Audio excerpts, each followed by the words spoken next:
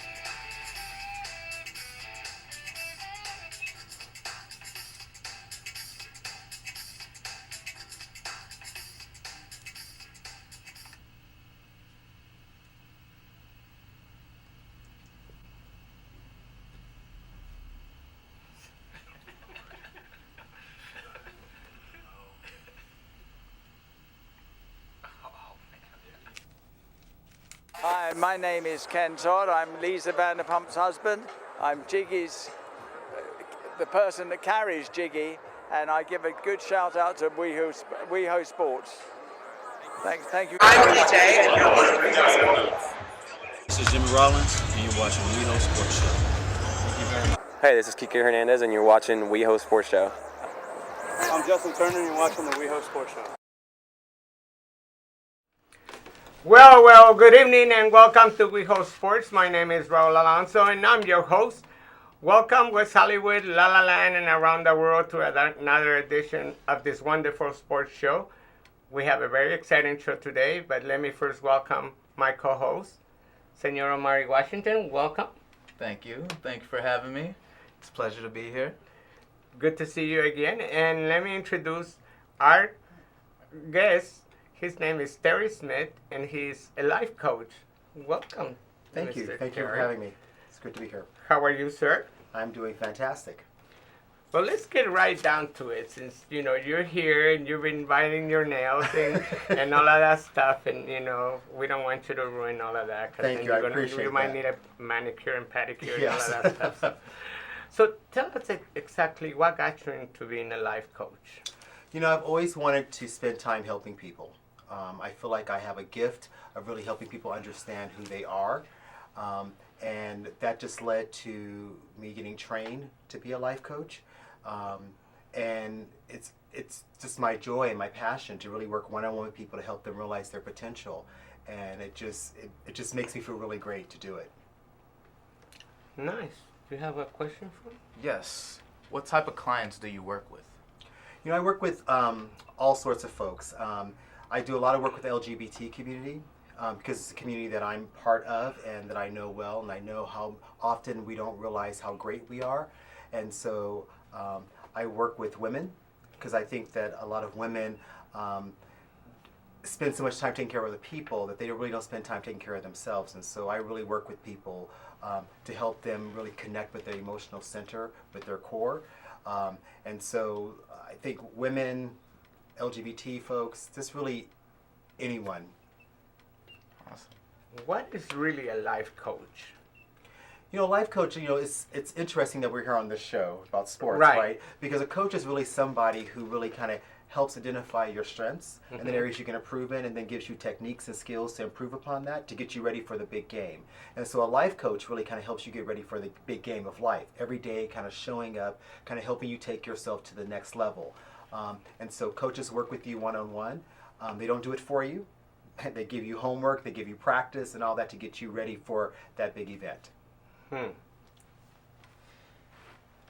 How would I know if personal coaching is right for me?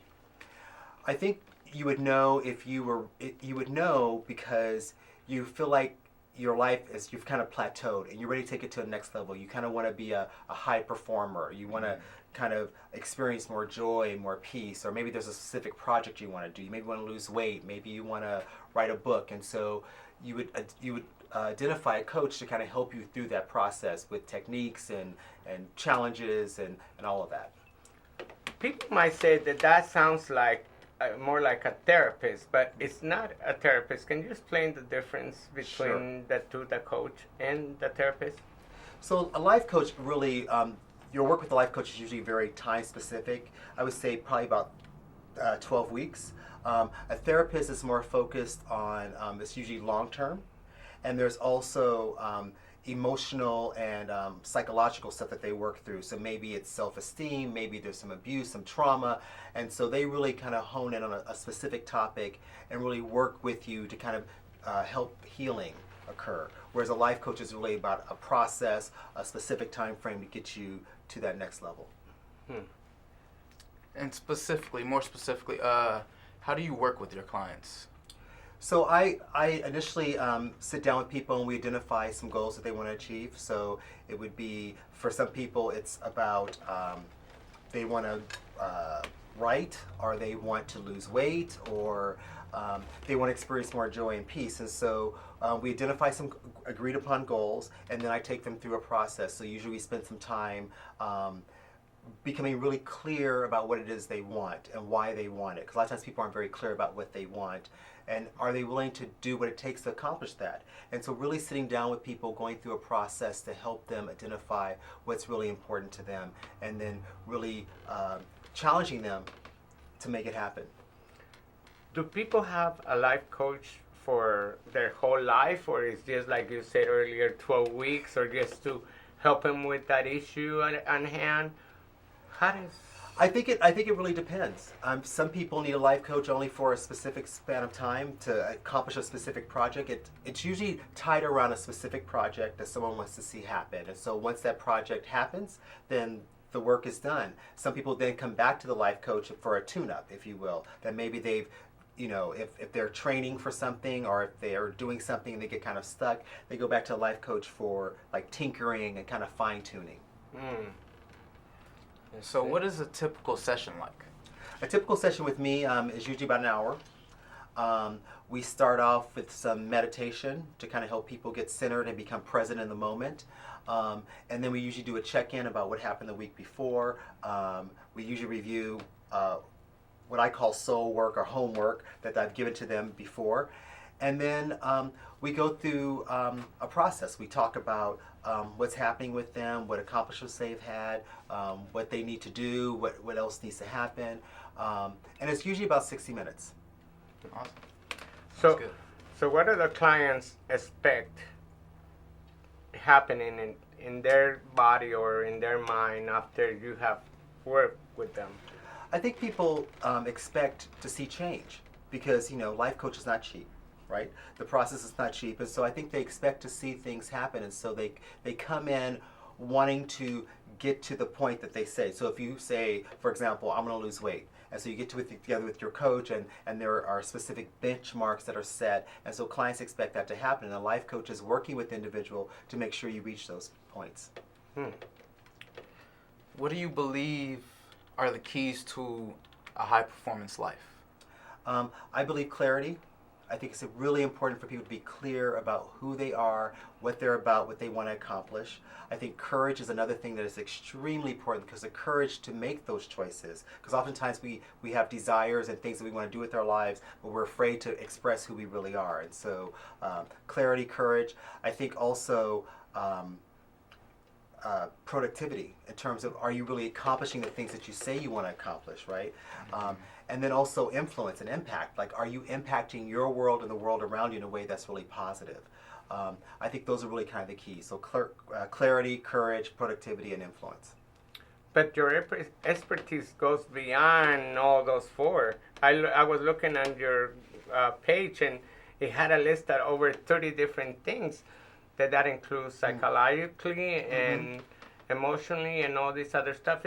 Explain some of the areas you cover, because I guess we all, if we need a life coach, we all need a different aspect, right? And there are different life coaches. So there are life coaches around physical improvement. There are life coaches that are focused on maybe helping you write a book or achieving a specific goal. My expertise really is more around the spiritual, emotional. I really believe that people need to get in connection with who they really are and what they're about. And so a lot of my processes that I work with through people really are about understanding who you are, what you're about, understanding your self-worth, your value.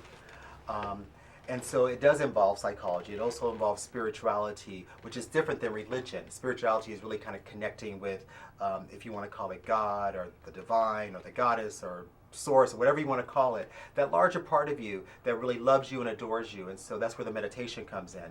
And so I really want people to really feel good about themselves, to have increased levels of joy and passion, and be just ready to go out and seize the day. Oh, I see. Nice. So what would you say your most memorable moment of your career has been so far? Wow. For me, it's when I hear a client repeat back to me something that we've said in a couple sessions before, where it's clear that they have gotten it, it's become part of their psyche, and you see the changes in them. You see the increased joy, you see the increased energy in their lives, and it fills me with such with joy, because you really see people making progress. And so there isn't necessarily a one, but it's just seeing people and their lives change and relationships improving, people feeling more confident to live their lives fully. Nice, nice. But you don't only do that. You've been doing a lot of other things. It's like an expose, right? Right. You've been the director of prevention since 2006. Yes. Tell us about that process. That's going on 11 years. Yes, I've been there a long time. I've been doing the work in HIV for over 20 some odd years. And that's a great joy and passion to me. It's about health and well-being of our community, really addressing a disease in our community that we now have the tools to really bring an end to. And so increasing people's knowledge about their sexual health, around HIV testing, STD testing, and now PrEP, it's all just part of really helping our communities be healthy, and particularly in communities of color, so African American, Latinos, young people, transgender individuals. It's really just something that I love doing. Nice. So where does this passion for life coaching come from? I think it's just an intuitive gift. It's something that I've always wanted to make the world a better place.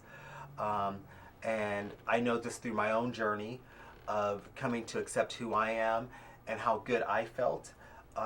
It just kind of led to me becoming a life coach, wanting to give that to other people, to help people discover the greatness within. And you have worked hard to become a life coach. I know you went to a state university in Northridge, and you also got your psychologically from a University of Laverne. So you have done the late work. Yeah, and I think for many life coaches, what draws us to the work is our own life experience and just kind of growing up. And so, growing up as an African American young male back in the 70s. I'm older than I look, hopefully. He's only 21. Yeah, exactly. I'm only 21 in dog years. No. Growing up as an African American kid in a mostly white environment, trying to fit in, then growing up in a church, a very conservative church, being gay, feeling different. I think all that kind of led to me having to wrestle with my own issues of self-acceptance and love and self-worth and all of that. And I think once you kind of come through on the other side, you see that it's possible. If you did it, someone else can do it. And so then that just kind of leads to the work of being a life coach. And the education, of course, helps. And I've been certified as a life coach. And so all of that just kind of prepared me for this moment. So what is your favorite quote? My favorite quote? Oh, wow. Should I repeat it? Yes, you really went to my Facebook page. The journey of self-realization is the most challenging of all of the experience that any being may encounter. By Neil Donald Walsh. Yeah, I think so. I mean, I think that one of the greatest gifts in life is to know oneself. And it's also one of the most challenging, because as we begin to understand ourselves and who we are, it becomes scary, right? And to love those parts of yourself that aren't so lovable. But I think it's the only journey that's worthwhile. I think, you could have all the money in the world, you can have all the fame, all the success, everything that the world kind of says is important. But if you're not at peace with yourself, I think it's like eating cotton candy. I got a good question for you. Okay. Who was your life coach when you were younger? Wow. There were many people that I looked up to growing up. I have to say my grandmother. She wasn't a licensed life coach, but being a woman who grew up in the South and all the things that she experienced, she's one of the most loving people that I've ever met, have had the privilege of knowing, and just helped me understand life and understand who I am, and just always reminding me of how good I was just, I think, just a training ground, and seeing how as a black woman who could have had an easy reason to be bitter and not like people, she loved everybody regardless of who they were and what they were about, and it was a really wonderful example for me. Nice. So, I know you like sports because your favorite player is Serena Williams, which is in the finals again. Yes. So for She's Wimbledon. amazing.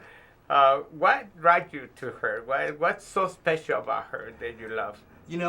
I love her tenacity, and I love watching her play, and when she messes up, you can see her getting angry with herself, but yet she overcomes that.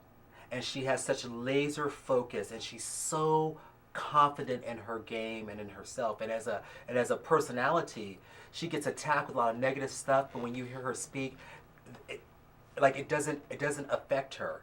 And so I love watching athletes like Serena who are just at the top of their game, focused. Even when they lose, they come back just as hard. They don't give up. They know who they are, and they don't listen to all the noise. And I think it's a wonderful example for us how we should live our lives. Yeah, because she's tough, and tennis is one of the toughest sports when it comes to psychological and emotional, because you could just lose your match if you don't concentrate.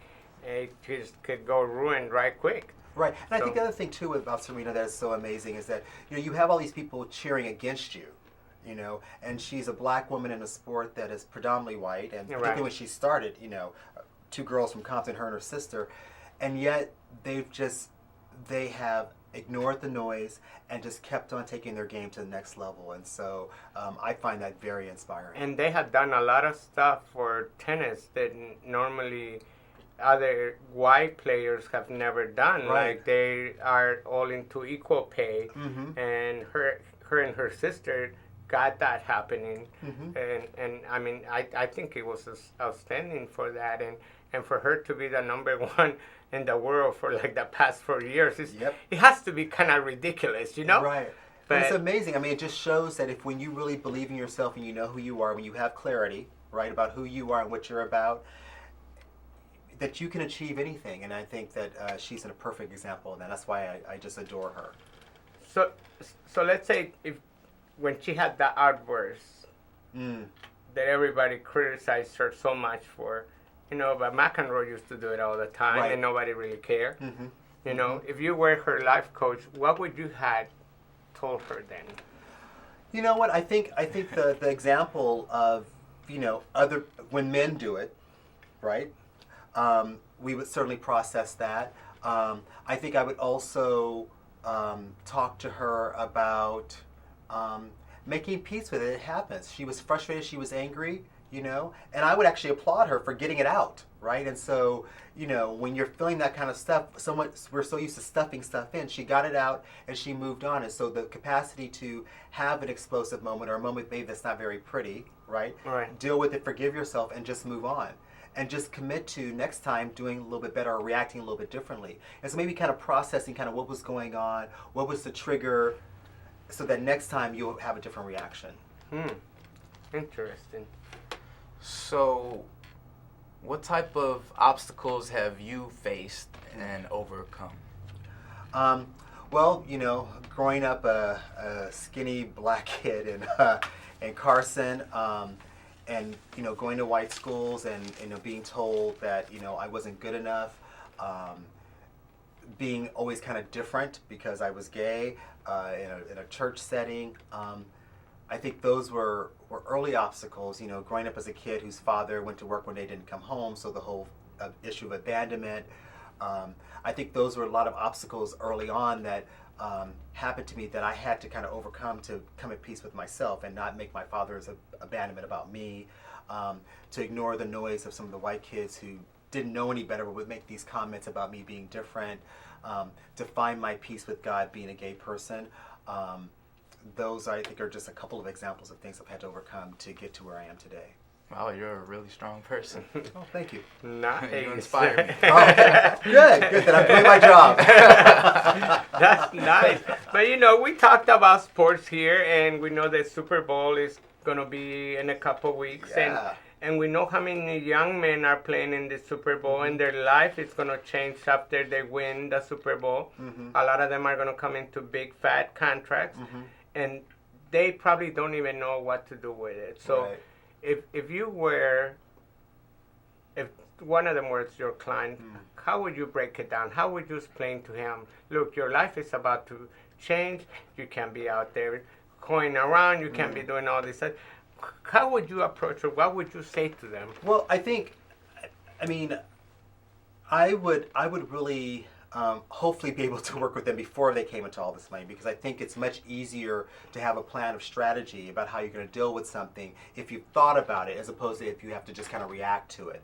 But if people are reacting to it, to really kind of remind them of who they are, what their core values are, and what they're about. And so, yes, you have this money, but does that mean you need to blow it on, you know, women, booze, and, you know, drugs, right? You know, and certainly the sports world is littered with people who've come into a lot of money, but had not prepared themselves emotionally, mentally, spiritually on how they were going to deal with it. And so if someone just came into a lot of money, it'd be like, you know, who are you? What are you about? What are your values, right? And how will you not get caught up in the game of trying to present an image, right? And live from your place of truth about who you are. And really kind of come up with some goals about how you want to maintain your money and how you want to represent yourself, because I think that athletes are role models, and I don't think that it's necessarily their job to act a certain way to appease people, but I think they really need to kind of understand who they are and what they're about. And, you know, going back to Serena, right, who's come into a lot of money, but yet has a very clear image of who she is and what she's about, and lives from that truth. And so I think I would really use people who maybe aren't they're kind of their peer group, right, as a frame of reference. Very interesting to go back to that. So when did you find yourself and you knew who you were? I'm still looking for me. Where am I? Who am I? Why am I here? You know, I think there are probably. I don't know if you ever necessarily find yourself. I think you're always discovering new parts of yourself, and I think your life is always kind of expanding and evolving, right? So who Terry was when he was 20 is much different than Terry now at 21. Okay. 52 actually. Dang. Black don't crack. All that clean living, right? I didn't say anything. I can say it. I can say it. He just looked forward. That's all I got to say. But certainly, I think, you know, coming out and accepting that. I mean, you know, I was in the closet like many gay men who grew up in a church, and having the courage to do that. I think that was a turning point. I think having to navigate, you know, a white world as a black man and where I kind of fit in that, I think was another kind of pivotal moment, making peace with who I am and what I'm about. Discovering my own sense of spirituality and faith, you know, because, you know, you're black and you're gay, you know, it's like, wow, those two strikes, you know, and really using that to just really kind of help me kind of take my life to the next level. And so I think it's just a variety of, I think they're just, you know, we get to a crossroad in our lives and we have an opportunity to make choices, and hopefully the choices we make are those that kind of help us get to that next level of our lives. Great. Well, I want to go back to Blake Griffin. Okay. You know, he's gotten into a lot of trouble lately because he had a fight in a bar with somebody that was a member of the Clippers staff. and the restaurant was full. So there's a lot of people that saw this thing. There's no police report. Yeah. But he's one of the biggest marketable sports figures out there. He has a lot of endorsements. And now he might be losing some of these endorsements because of what he did. Right. If you were his coach, how would you approach his issues? Because he doesn't really want to lose the sponsors. Right. And now even the Clippers are talking about trading him. How would you do damage control? Well, I that's a kind of, I guess, a PR question, and I don't necessarily deal in PR because I think that your life is what it is. I mean, I would encourage him to accept responsibility for his actions. I would encourage him to own it, that he did it, right? That it was a moment and that something happened, and maybe kind of review what happened, what kind of led up to that moment. How would you do it differently? Like we were talking with Serene, like how would you, if you could do it again, what was going on prior, and how could you change it so it wouldn't happen again? And then to accept the consequences of it. I know that for a lot of people, there's also about this image, and I know when you get endorsements, they want you to present a certain way, but you have to be true to who you are. And so I think that this could be an opportunity for him to make this work for him, and to just kind of own it and say, yes, I got pissed off, this happened, and I apologize, and I'm moving on. I think that is part of what would be really helpful in that situation.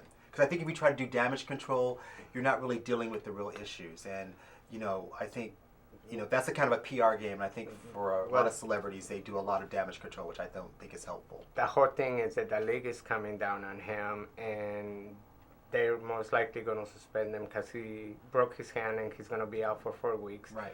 So, which is not good for the Clippers. Right. But, and the franchise.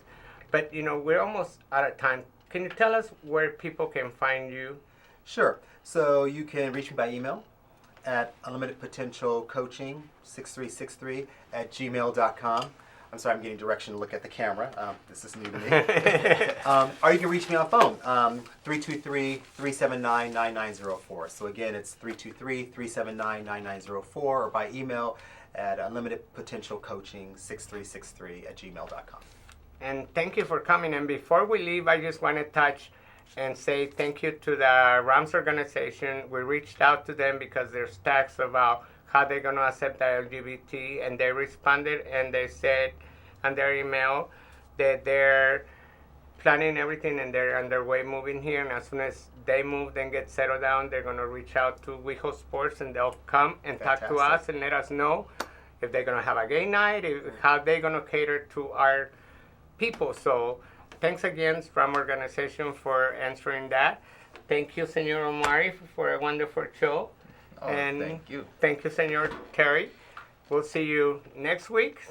Same channel, probably not the same people, but we'll have a great show. Have a nice week, and hasta la vista, everybody. Adios. Bye. Thanks again.